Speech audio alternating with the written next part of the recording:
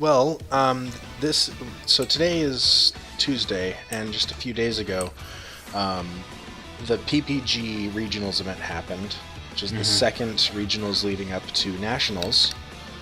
Right. And what we didn't realize until then was that the Ultimate Box was available Right. for play, because like, there was weird. I think they decided to change it.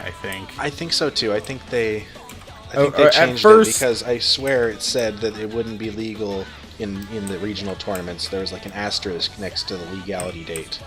Yeah, which honestly I would have been fine with, because that would mean I didn't have to spend money. But Right. I mean, I liked the idea that they were like establishing a meta for the entire national session, and that nothing would really change. yeah, I think maybe they saw the results from the first event, which were overwhelmingly dominated by Red Blue SS3 Goku, and Yeah. this week was also very heavily dominated by it, but I think there was a much more variety because of that change. I think they saw that and were like, we need to shake this up, because it's definitely nice to see the new Vegeta leader is actually, it's very, very good. And I like love that its it's not idea. just another red-blue deck either. The Vegeta, we'll get to that in a minute, but the Vegeta Yeah, decks are definitely interesting, They're good, to say the least. I do like how they're using some of the newer cards from Colossal Warfare. Yeah, so we're going to go into some of the deck profiles. We got these through, like I said, My Wife Hates Games. I'll leave a link just because we did... without him, I wouldn't have known. I don't know if this information's available somewhere else, but this Yeah. guy definitely helped me get a hold of these profiles, so I appreciate it. It's helped us make our choices for play, so... we're going to move over to our first place deck profile, because I think that's the most important to look at, because this is one of the decks that will be seen a lot. Yeah, basically, this or at definitely- least style of deck. Yeah, this definitely represents the most commonly successful deck. This is definitely like the tier... I don't know if it's tier 0 anymore, but last week it definitely was. It's ridiculous. It's definitely still on the tier 1 list, just because this Goku leader, if nobody who's watching this knows, is probably the most balanced and also the most overpowered leader there is right now. Yeah, it's definitely like the most powerful, generically insertable into any deck leader. Since if you want to go over to the leader itself and like magnify it so then they can see it, the front side of it helps you with the ramp, like that blue loves to do. It instantly lets you ramp, as well as gets you closer to awakening.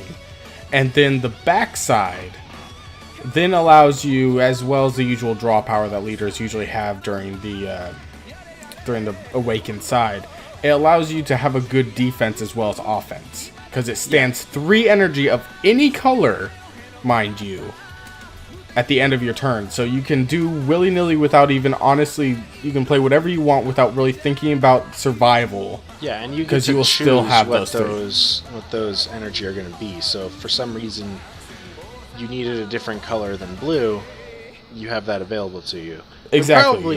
You probably are going to stand blue, because if you have Whis' Coercion in hand, that's probably what you want to use. Mafuba, Senzu Beans, and stuff like that. But just the fact that it will let you stand whatever at the end of the turn is still amazing. If you're playing blue-green instead of blue-red, then you might be standing green energy, because full power. full power energy is really good. I think that's what it's called, right? Yeah, I think so. I believe so. It's the one that it's the negate for green that pops 1-drops. Which and is right really now good in this there's format. there's a huge 1-drop meta with this new intensifying power Trunks. Yeah, so and Kaba is still like very rampant as well. This is probably the card you're going to see the most going into any regionals right now, because it's just so good.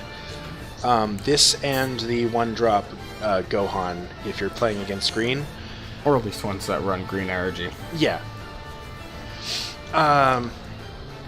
So this deck is actually really interesting in its composition compared to other decks, because this guy's playing 3 Chain Attack Trunks, which I've seen in other places, but Chain Attack Trunks kind of acts as a really powerful engine right now, that lets you put a bunch of really good cards on the field. Not the least of which is Digging Deep Vegeta, which is a card that basically lets you awaken whenever the hell you feel like it, since you're dropped down to 6 as soon as you place your energy. Basically, if you go first, turn 2, you could awaken with the right hand. It's kind of ridiculous how fast and efficient this deck is. Which, actually, let's talk about the Digging Deep Vegeta. I'm surprised to only see 2 copies. Yeah, it is interesting. And none in the side deck either. Yeah, it is odd. I still love the Terra Assault Frost as well. It is definitely like a splashable card, but it is something that I would imagine you'd want to play more of. I think the only reason it's not is because of this other tech choice we got going on this event, which is Terra Assault Frost, which I never expected to actually see.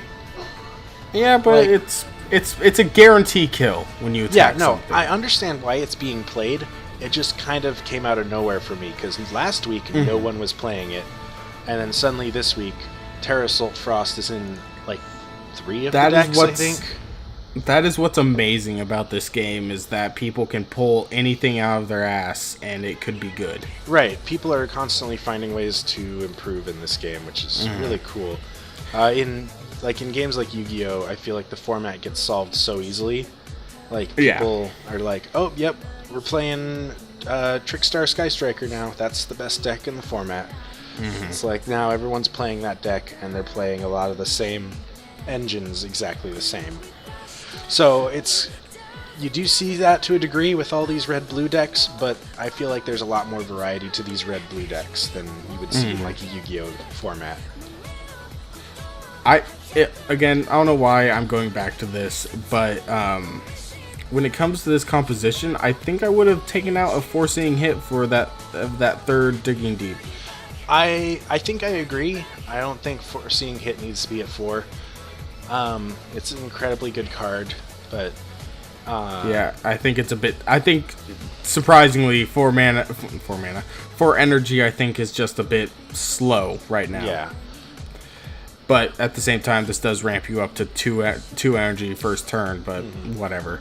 I think the more interesting choice here is that he's only playing 2 Legendary Flute, actually, which is a card you're going to see in every single deck that's playing blue, always for the rest of eternity, unless it gets banned. He also doesn't have any backup in the side deck. Yeah, no. It's really weird. I would expect him to at least have 1 more in the side deck. Yeah, because I can understand running 2 Legendary Flute. I've worked with that before. Yeah, but I totally get that as well. But the fact it looks more like I think what he sort of went for here is he wanted to make sure that he had his more aggressive options. So like your burst attack Son Gohan, your Champa, and then obviously your bodyguard Legix for when sort of also when he needs to push harder, and then he has his more defensive options over here in blue, where he's got like his Jockos, which I don't think I saw in any other side deck, which is interesting. I'm surprised at 3. So this thing clearly must have been helping him a lot, because he got to first place. I imagine this choice was like, this card is really good for preventing something that I know Noah really hates. And that's all-out blowouts at the end of the game. The fact that there's no combo limit, combo cards that you can place down, is my one issue with this game, which I believe is a flaw in design, but I've also played Vanguard, which you can do the exact same thing, I believe, but with guarding. Yeah. And with Ultimate Jocko, I'm a little surprised that he decided to do that instead of, like, say... I don't know. Because I love the other blue super combo being Kibito Kai. That has... Powers Combined Kibito Kai has saved my life multiple times and I just have a soft spot in my heart for it. Like, it's definitely really good. I think just people doesn't guarantee value the draw power too much, or a lot I know, more anyway. But I feel like it has more of a room now with this Unbreakable Super Saiyan Son Goku. I certainly would not fault anyone for playing that super combo over Piccolo, just because it does kind of help you deal with these kind of decks, especially if you're not playing a red-blue Son Goku deck right now. Yeah. I definitely think that's a valid option to go with that super combo to help you deal with just how aggressive this deck is. Plus, it's a budget combo, too. Like, is. Kabito Kai is super cheap, while Boost Attack Piccolo is still like $3, I think. Yeah. I could be wrong. It's a spendy one. And which is, again, it's from the starter deck, but it's also from the first set, so, like, you can get it in the starter deck. I think the other thing that we should cover in this deck is the Zeno. Yeah. This is another very common choice. Pretty much in any deck that's running Chain Attack Trunks, you might expect to see the Plain God. I don't believe everyone is playing it, but it is something that you will see a fair amount of because, I mean, it just straight up resets the board, which and if you if you have the ability to play even after it, like say you have your full 6 energy, which is very doubtable. Usually the game ends around like 3 to 4 energy, I'd say maybe 5 at the most. Yeah, and like you could go into more plays right after it. Yeah, and like if you drop this on someone like turn 3 after they've like tried to start setting up, then they're just like set back to 0, and you kind of have the advantage to you have the advantage at that point. Like, yeah, especially since you have that standing energy if you're using the Goku. My bad. It just kind of is like, nope, let's try turn 1 over again. Yeah, it's just kind of a weird card. It's also really mean if your opponent is playing something like Cell, which has to stack a lot of cards underneath, because all the cards underneath the main card goes directly to the drop. You just rolled over the Kefla, which I think is an awesome addition to this. Yeah, it's a card that I don't quite understand. What don't you understand about it? Well, I mean, I don't understand why it's being played. Like, the only real advantage it has is the deflect, because you can't play it off Union Potara. That doesn't matter. It's when it attacks, dude.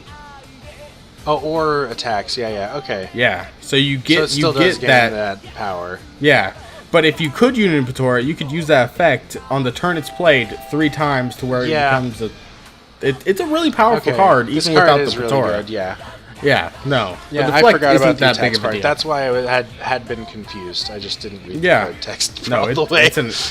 It's an amazing card. It is, and really I love...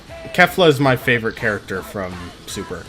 Yeah, I don't think anyone watching this video... I don't think we need to talk about Topo, because I don't think anybody watching this video is surprised to see Topo in decks at this point. No, it's just such a simple negate, solid. Especially in Goku, where you have that 3 energy available to use. I guess that is the thing worth mentioning, is that in this deck kind of makes Topo extremely very good. viable.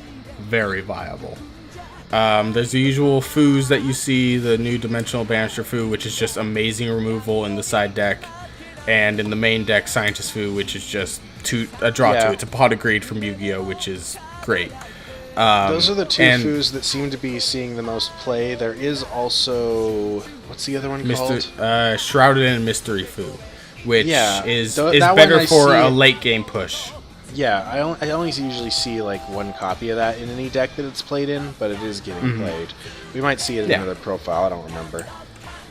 All right, I don't know, except for mentioning Unbreakable Super Saiyan Son Goku, which is just attacking basically any deck right now. Yeah, every deck is playing it. Doesn't matter what your colors are.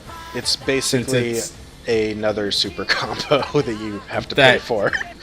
Pay 1 for. Pay 1 to plus 10k and draw a card. It's amazing. It's pretty good. That's why I have it stacked up with the super combos. Yeah, I see that. I'm really sad that I didn't notice that beforehand, since I had 4 copies on me at all times. Like, yeah, same. But considering that most of our gameplay has been against each other, I don't think that's that big a deal. It doesn't matter. No, like most of our All right. I don't think there's anything else. We're going to move on over to what seems to be the second most popular deck right now, which we were expecting to be more of a rogue deck. Oh, crap. And it actually is. The text is a little weird. That's supposed to say Jose. Because of how I'm zoomed in right now, it's kind of clipping when I'm it says that. Close. It says. Oh, I see that. Yeah, you just have to back up a little bit and you'll see it. So Jose Filarano was in top 16 with this profile. I don't believe Rudigarn made any top 4, but it was definitely very present this week and last week. I'm gonna read out Rudigarn. Yeah, just read it out. Fast. Read it out. Some people might not know. Rudigarn on its unawakened side. When this card attacks a leader, you may choose 1 battle card in your hand and place it in the drop area to draw 2 cards, which instantly is just a really, really strong effect. It is. It's the pot of greed effect. Yeah, basically.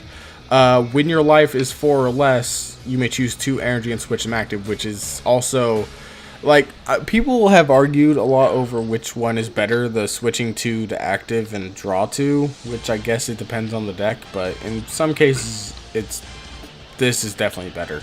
Especially if you're not playing the Goku leader, because this could, like, kind of set you up for a defense on a turn, you know? Yeah. I think they're both really good. As you said, it kind of depends on the deck. I think decks where you're trying to get to combo pieces as quick as possible definitely are better on the other end, where you draw 2 cards.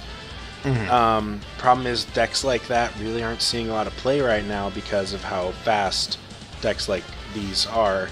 The meta decks currently are a lot of speed. Yeah, combo-oriented decks, or I guess archetypal-based decks, I guess you could call them, are definitely not fast enough to keep up right now. Which is really sad, because I really love using those. Like, yeah. Yeah, they're very fun. We'll get and to his, our original choices. We'll for get regionals to will definitely reflect that, but we have definitely had to change our direction. So on Rudigarn's flip side, when this card attacks, draw 1 card. Then if you have 4 more energy, your opponent chooses 1 card in their hand and place it on the top of their deck. Yeah, so that's really good just for the card removal and kind of the stalling of your opponent as well, since they just get a card that they already had in hand. So it may hurt, may not hurt. If this was the very top deck right now, I don't think I would have changed my choice. Because I think my original deck choice would have worked really well against this deck. It really did kind of counter that effect, at least. My one problem with her Rudigarn, and I understand that it's because the meta's so fast, but the SR Rudigarn is a really freaking good card. Yeah. Like, it's so much defense and stalling of your opponent that, like, it's really sad to not see it in play. I mean, I feel like Rudigarn, the leader itself, is really strong, but I feel like the main reason that people are playing it is because of Hoi. Yeah. The Emissary of Flame. So let's go over that one real quick. It's the super combo. I apologize for the card quality on some of these. We got these from a mod, so we didn't really import them ourselves. We will actually link both mods that we are currently using in the description for Tabletop Simulator. Yeah. When you combo with this card, if your leader card is Phantom Demon, which Rudigarn obviously is, and your life is 4 or less, you may place 1 card from your hand and put it in the drop area and draw 2 cards. So it's obviously it's 2 for 2, but it's also that exchanging and milling of the deck that is really nice. That is a very strong super combo that just, like, it's really good. I don't want to say makes the deck, but it makes the deck so much more viable. It allows you to correct your hand a bit if you have a card that you really don't want to see. And you're seeing the intensifying power Trunks again. You're seeing the digging deep Vegeta again. Yeah. One thing this deck plays differently is the unyielding Spirit Trunks, which is Yeah. Which is definitely a better choice in Hirudegarn since you're not getting that extra ramp. So having or the extra ability stand. to stand the energies, or that. So getting the extra stands in your main deck is definitely useful for this deck. I really like Phantom Flame Cannon. It's a really good card. If your leader is Hirudegarn, it gains 10,000 power for the duration of the battle. Then choose up to one card from your opponent's hand and place on top of their deck. So you get to choose. That's really cool. I mean, it's obviously you don't see them. It's a good defense card. It's a good offense card. It's just really good all around. Yeah. We are seeing the return of the legendary flute, which is at 4 again. Yeah. Actually, for the first time we've seen this. It's definitely. I expect to see most decks with 3 or 4. It's definitely odd that the other one had 2. Yeah, I think 3 is probably the. I personally think 3 is the best number with 1 in the side deck. That's what I go for. And he's only got. I just realized he only has 2 Senzu Beans. Also, he does only have 2 Senzu, unless if they stacked. They stacked. They stacked. Did they? Okay. Is it 3? Yeah. It's Oh my god. Technical difficulties over here. Just believe me that there's 4 in this pile. Oh my god. I believe you. I'm not fixing it. Jeez. It's 4 Senzu Beans. Okay, so that's good. Yeah, Glad we caught that. Right? Someone trying to net deck this is like, where the fuck are these 2 cards? Yeah. So this one, I don't believe this one is as typical because I'm pretty sure Champa he's more of a side deck card, I think, right now. I haven't seen him as much in Hirudegarns, but I can see why you would want to include it in Hirudegarn. I mainly chose this profile because of the side deck. Ah, okay. The side deck being that he is interchanging an engine, basically. Yeah. Okay. He's because as you see, he doesn't have the Chain Attack Trunks in his main deck. It's just in the side deck. As well as the Foreseeing Hits, the Zeno, the Playing God, and the Burst Attacks. Yeah, so basically he's... Okay, so maybe I obviously I don't know how this was played at the actual tournament, but this looks like it might have been a case of a sort of what's it called? Smoke screening of sorts. Yeah. First game, your opponent's expecting the Chain Attack Trunks, but it doesn't happen, and then you decide and then the second game, when it seems like you don't have it, then you're like, kind of screwing with your opponent. Mm-hmm. You're making him feel a bit more safe on turn 2. You know. So I think I want to real quick. I think I understand why he's playing Champa. So what I see here is, since he's playing Unyielding Spirit Trunks and the Champa, both of which, by the way, he could side out to do his engine down here. Exactly. I see the very strong potential for him to combo with the Trunks to stand an energy, and then combo with the Champa to push even harder and get the double strike. Like, there's a very clear synergy between these 2 cards, I think. There is. I see it too. Plus, you can do the Trunks into the Son Goku if you wanted to as well. That Trunks is good for, again, like you said, offense and defense. Yeah.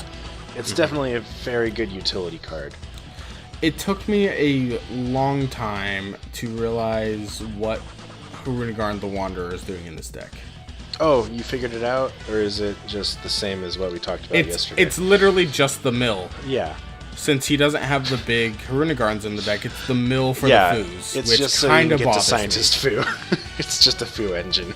Yeah, which, whatever, it's fine. And it's literally just deck milling at this point, because there's also the Minosha, I think is how it's pronounced. Minosha in there, which just searches Hirudegarn I'm pretty the Wanderer. sure the entire point of that is just to put Foos on the board. Foos on the board and to lessen the deck to get to your... is a really good strategy, because Foo cards are strong. They are strong. They're all very strong, and especially since he's main decking the ones that only cost 1 energy each to play. So this one's new, so let's talk about Dimensional Banisher Foo real quick. Okay. So this card's really insane, because for 5 cards and 1 energy, you get a double striker that just removes something. Just anything. when you play this card with Overwhelm, choose up to one of your opponent's battle card and send it to the warp. It would be even crazier if it ignored Barrier. Yeah, and that's right now. On top of being like a pretty beefy body. Like 20k isn't anything to laugh at. 20k double strike in the right position that can just end games. Yeah. Like, you drop this at the end of your attacks and your opponent thinks things are, like, over. Uh-huh. Like, say you've exhausted all your energy, and then you like, at the very end of your combos, you're, like, unyielding Spirit Trunks. And then you can go into the Banisher Fu right after you finish that attack. Like, this card's insane. Yeah, I can see how this deck is keeping up with the Super Saiyan 3s. Yeah. With the Super Saiyan 3 aggro decks. It's definitely a solid choice. I'm kind of happy to see it, just because I was expecting it to be a rogue element, but it's unfortunate for me to see it not as like playing the big Harunagarn. I do think you could get away with playing a more focused Harunagarn deck, just because of all the bounce power. And I do think that you're likely to see decks like that play more. I don't see them being like top worthy, but you're going to expect to see some rogues running around trying to play more of the Harunagarn stuff. Which I love rogue decks. They're always fun. Yeah. Don't think there's really much else to say about this deck. No, except for we're seeing Saiyan Kaba. Like, we didn't see it in the first profile, but we're seeing Saiyan Kaba here. I think that's another thing that you probably could side towards your big engine down there. But I do like the... I think he went for that here just because he doesn't have the extra energy. You want lots of one-drops that are really good. So, it's actually something that I'm choosing to do as well, but for different reasons. So, we'll get to that. We'll get to our decks later on. Alright, so we have two more decks. But we have three more. I don't know if you want to talk about we'll see. We'll see on deck still, but we'll see what we'll do. We'll go with Trunks. Wait. Yeah, we'll start with Trunks because he was present last week.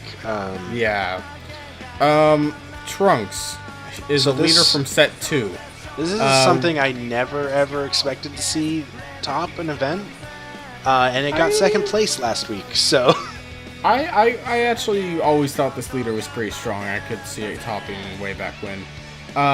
If nobody knows, it's Unawakened Sight is once per turn during your turn when you combo with a card that has energy cost of 2 or more, draw a card, and then its awakening is 4 or less, draw 2. So thinking back on this, looking at it in hindsight now, I can see why it's doing well. It basically turns every card into a super combo, which is kind of ridiculous. Yeah. So yes, I get it now. I just didn't really think about it that way until I saw all of those Gokus floating around. Once I realized just how powerful that draw off of your combo is. It's very powerful. So it's definitely for games. A really good leader. I imagine this would be a fun deck to play just because Trunks is a very popular character. Yeah, Trunks. It's definitely nice. He's got really good artwork here. Like, that's really cool. Let's click into here real quick. 2 or more. So we got the deck profile. Again, we don't have it laid out. We just don't have the room for it right now. It would have taken us. It would have been a lot of effort to lay all of these decks out. I wanted to show off those 2 decks, but especially. So you're gonna see a lot of the same red and blue stuff in this deck. Yeah. But the core difference that you're going to see in this deck over the other deck is my Supporter of Hope. Or definitely, Giru, as we like to call it. Right. We call pretty much all cards that work like this Giru, just because it was the first one we encountered. So yeah, there's nothing too special. I mean, this deck is playing Bodyguard Legic in the main deck. Usually you'll see this in a side deck, but I've been seeing it more and more in the main decks. I've always felt like that's definitely more of a side deck card, purely because it's a Cyber Dragon. I think it's getting play in the main deck now because Chain Attack Trunks can put it on the board. True. And it is a pretty good... it is really good if you end up going second. Or first, depending on if you even have anything to play on your first turn. Which, if you're playing a deck like this, you probably don't, because you're probably not going to just play a Saiyan Kaba or a Trunks when you can't even attack. If you're going for... Well, actually, I can see the argument of playing it first turn, just so then you don't have to use the energy next turn. Right, but your next turn, you're going to have 3 energy on board anyway, so... I think it depends... Well, yeah, not on this deck, but I think it depends on what your opening hand looks like, ultimately. Yeah. Do we have Yajirobe in the side deck for this one? I don't know. I don't see it. Time Control Cronoa is something I see people dropping from their side decks, which is funny because literally everyone was citing it last week because the freaking yellow super combo is ridiculous. The Shugesh. But now, because Time Control Cronoa exists, nobody's playing Shigesh anymore, so basically. It's not even worth the space. So it's like kind of the, what is it? There was something I could compare it to in Yu-Gi-Oh! Where something exactly like that happened. Oh yeah, it was Ghost Reaper and Winter Cherries. When Ghost Reaper and Winter Cherries came out in Yu-Gi-Oh! People started playing it to try and counter... I don't remember what the extra deck monster was at the time. But then because people were citing that, people just stopped playing that card. So then people stopped citing Ghost Reaper. So then people went back to playing the card again. And it just kept cycling. It just creates this weird situation where Ghost Reaper counters pretty much any extra deck monster. But, you know, as soon as people stop playing that extra deck monster, people stop citing it, and then the people who see that it's not getting cited anymore want to play it again. So it's just kind of a weird situation. It's kind of what we're going to see here with Cronoa, I think. I would not be surprised if next week there was some weird yellow creeping up. I mean, I'm still looking for the Goku's Legacy leader to come out. Right. So, Courageous Heart Yajirobe. It's a 2-drop blocker with Revenge, which is really nice it's just a really nice 2 or even first turn drop if you're playing the Goku. Yeah. Because the only there's another card like it, which is Android 16. Yeah. I forgot what the tire one was, but the only difference is that Android 16 can stand himself after KOing something. This one cannot. Yeah, so it's kind of just a one-time block and attack killer card, which is really nice. It's still pretty decent. So yeah, you might see this. I don't think this card's really that big of a threat, but you know, I saw it in some Trunks profiles, so you might want to keep that in mind. It's a nice side deck card if you are, especially if you're running a very aggro-oriented deck. You could possibly see this getting sided in. Yeah. All right. Yeah, I don't know. This guy is also citing the Digging Deep Vegetas. Oh, and he's citing Preface of Recovery Son Goku. That's interesting. Yeah. Huh. That was an interesting choice. Oh my god, dude! You can play Preface of Recovery Son Goku off of Trunks. I just realized that. Can. Surprised people aren't playing more of those. Then there's the usual Mafubas in the side. That's just like free energy. Yeah. Okay, now. So the second most interesting development in this tournament is definitely new the Vegeta leader. No Vegetas from the Ultimate Box or whatever it is. This one I did import myself, but I didn't exactly have good sources to work with. So on its front side, obviously it has the Warrior of Universe 7 since it's of that saga. This is a Universe 7 deck, but it has a twist to it. When this card attacks a leader card, if you have a Universe 7 in your energy, which is more than likely gonna happen, it's pretty draw likely. a card, and this card gains plus 5k. So even on the front side, it's 15k, which is really nice. When your life is 4 or less, you switch it to active. You switch energy to active mode. Yeah, it's an energy leader. On the flip side, permanent during your turn. If you have 3 or more Universe 7 in your energy, this card gains 5k power. So yeah, that is not really the important part. So if that happens, it's definitely cool. not if anything not, to shake your head at, but it's definitely not the like thing that's making this card good. Yeah. What's really making it this card good is auto. When this card attacks, draw one card. You may choose up to one of your energy and add it to your hand. If you choose to add this card, add a card from your energy area to your hand, choose up to one card in your hand and add it to your energy. So, I guess it's these two abilities in conjunction that kind of makes it good. Well, not actually. Well, because it has the ability to cycle Universe 7 cards into your energy if you didn't place them earlier on. Yeah, but that's not what makes this truly strong. No. What makes this truly strong is the fact that the energy you place back, like if you grab a rested energy, you don't have to place back the energy back in rested. You can replace a rested energy for a standing energy. Oh yeah, you can do that, can't you? I didn't really think about that. Which is just very, very strong. I mean, the reason I thought this was good was because it meant you had the ability to grab cards that you maybe placed late game and add them to your hand. Like, say you have something that, like this awe-inspiring Intimidator SSB Vegito. I know that's in the side deck, but say that was in your energy and you wanted it when you were at 4 energy, you could cycle it out of your your energy and be able to play it. That is definitely a strong point of this card, but the fact that it gives you another standing energy is just amazing instantly. I think this is just a really, really versatile leader. Which is really cool. I think this is a better way to do a versatile leader than the SS3 Goku. Like, I feel like SS3 Goku just does too much. Alright, well, let's look at the actual deck, because I think that's actually more interesting than the leader, because...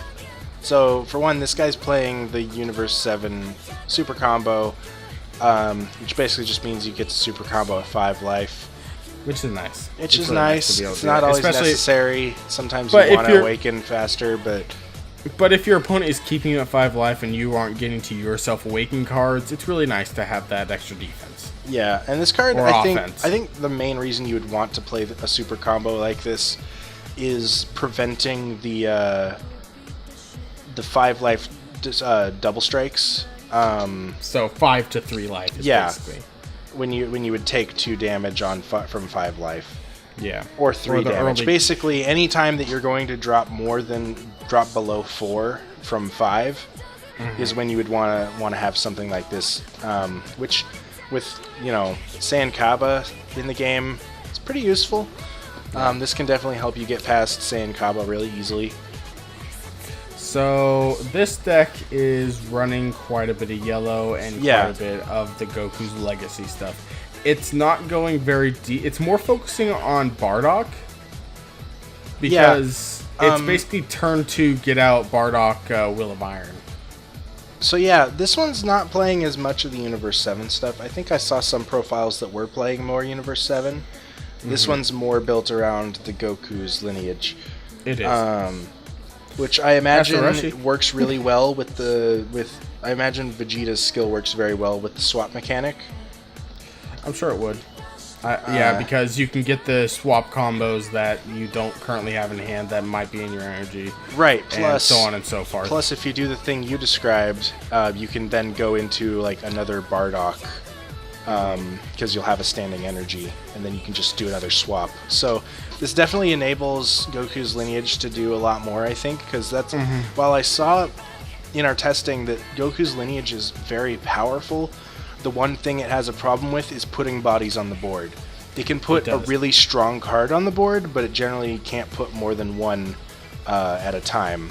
You have to kind of play around the fact that you have to have the barrier at the end of the turn and keep it standing. Otherwise, your opponent's probably just going to pop that card somehow.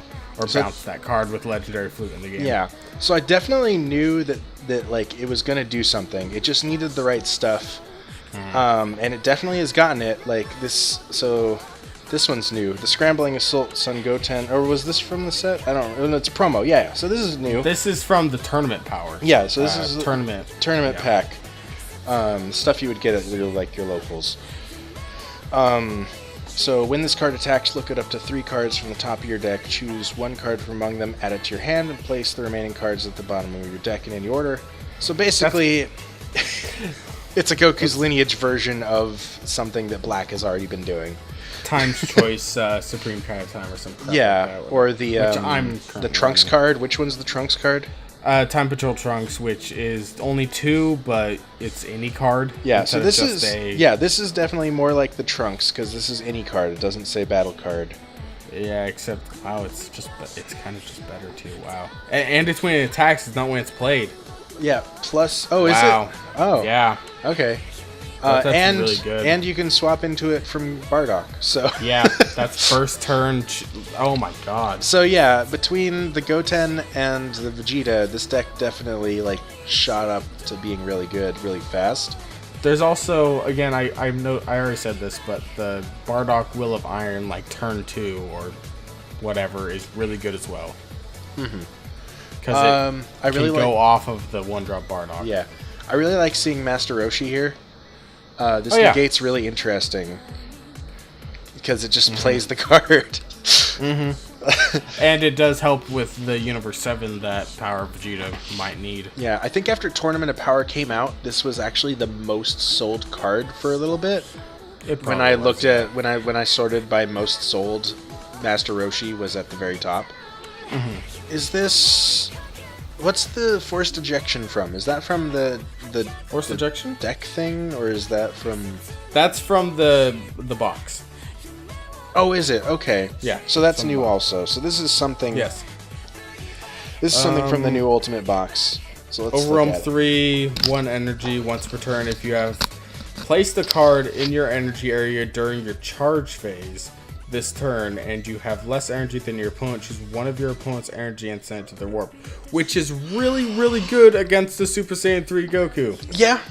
Since they are usually always going to be ahead of you in energy. So yeah, I think I might actually need to side that. I might need to rethink my side deck a little bit. I think that actually should be in my side deck. Yeah, no, it's a really good side deck. Unfortunately, there's no point in me playing it since I am playing the Super Saiyan 3 leader myself. He's playing the SS3. Yep. Because he's a meta sheep. No, I'm not. I know. Your deck is not red-blue, so... Is not red-blue.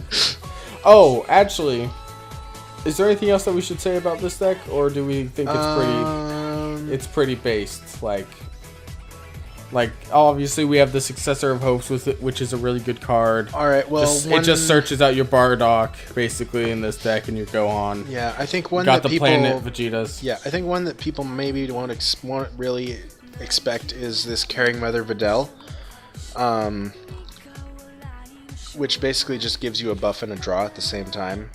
Which is really nice. It's pretty nice. I mean, it's nothing that we need to really discuss too much, but you should be aware of the piece. You should probably get familiar with this deck because I think it's going to see a lot more play. Yeah, no, I don't think this variant will. No, not necessarily this exact variant. I don't really think the Bardock variant that he's playing will. Yeah, I thought it was interesting to show off, but yeah.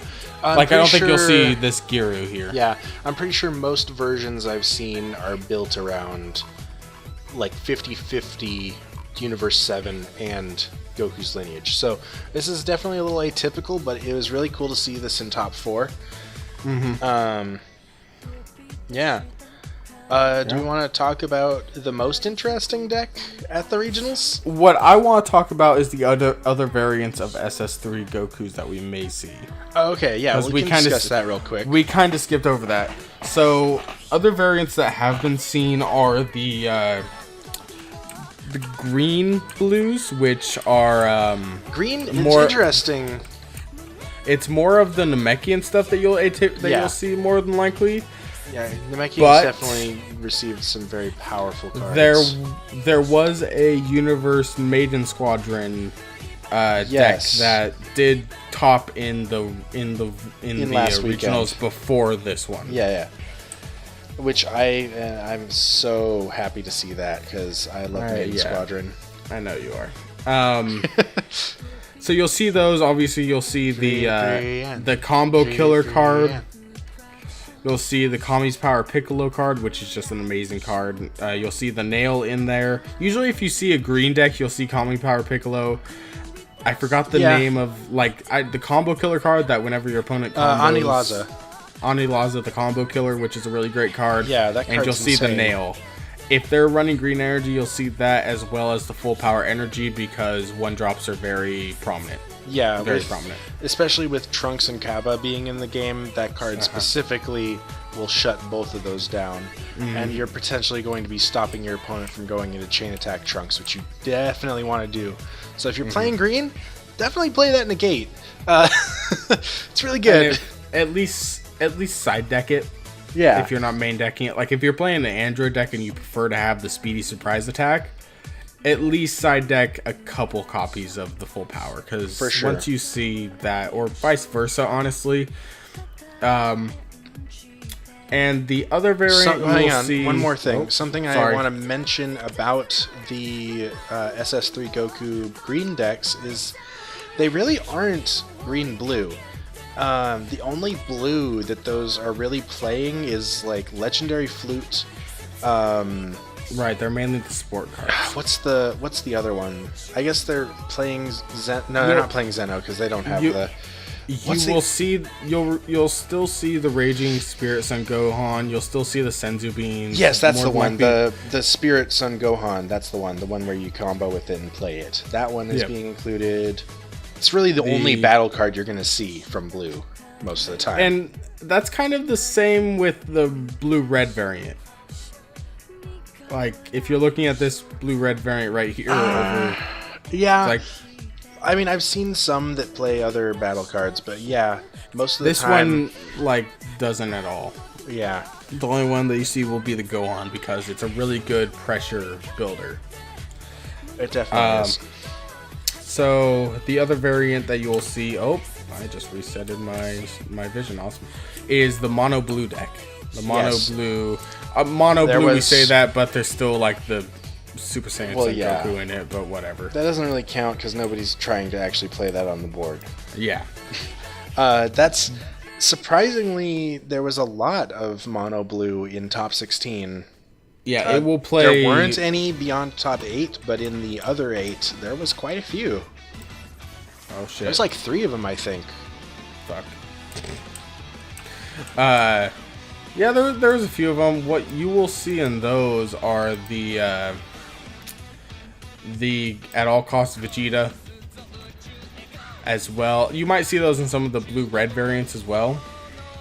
Yeah, that was the main other blue card that I was seeing in the blue-red was the at all costs Vegeta. You can also see the Dragon Fist Super Saiyan 3 Son Goku going on in there. Yeah, that card's really good. And as well as this card, which I'm very happy to see go in there, is the Beerus from the Tournament of Power set, which I really love and think it's an amazing card. Oh, I see. You got them stacked over here. Yeah. Yes, the Beerus. I saw Beerus in some blue-red. It's not as common. Yeah. Oh, yeah, and then the Bergamo is definitely the Bergamo. Blue decks. As well as the Vegito over here. Oh, shoot. Which I'll just put over here. Oh, yeah. The new Vegito from the box. A lot also. Yeah, it's getting cited, and in the mono blue decks, it will more or less, like these two, the Bergamo and the Vegito, will get switched out for each other. So if you're not aware, SSB Vegito, if your leader card is blue, and this card, and this card is in rest mode, this card gains barrier, and your opponent can't attack your leader cards. So basically, it's just protection.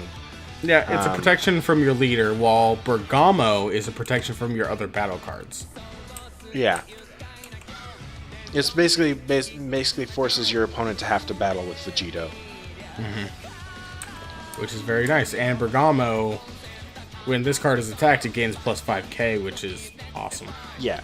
So that means they have to get over 25k if they want to attack anything but your leader. Yeah, I feel like really Bergamo is the one you kind of want if you know your opponent's playing a lot of removal, because then it's better chance that it's going to be the only card in your battle area. Yeah, I think that's all I really wanted to cover. Oh no, do we want to do that? I can pull it out if we want to do that. Pull it out. Do that? It's really cool. Pull it out. We might as well talk about it. If I have it still, I should still have it, but I don't know. So the most interesting deck in the top 16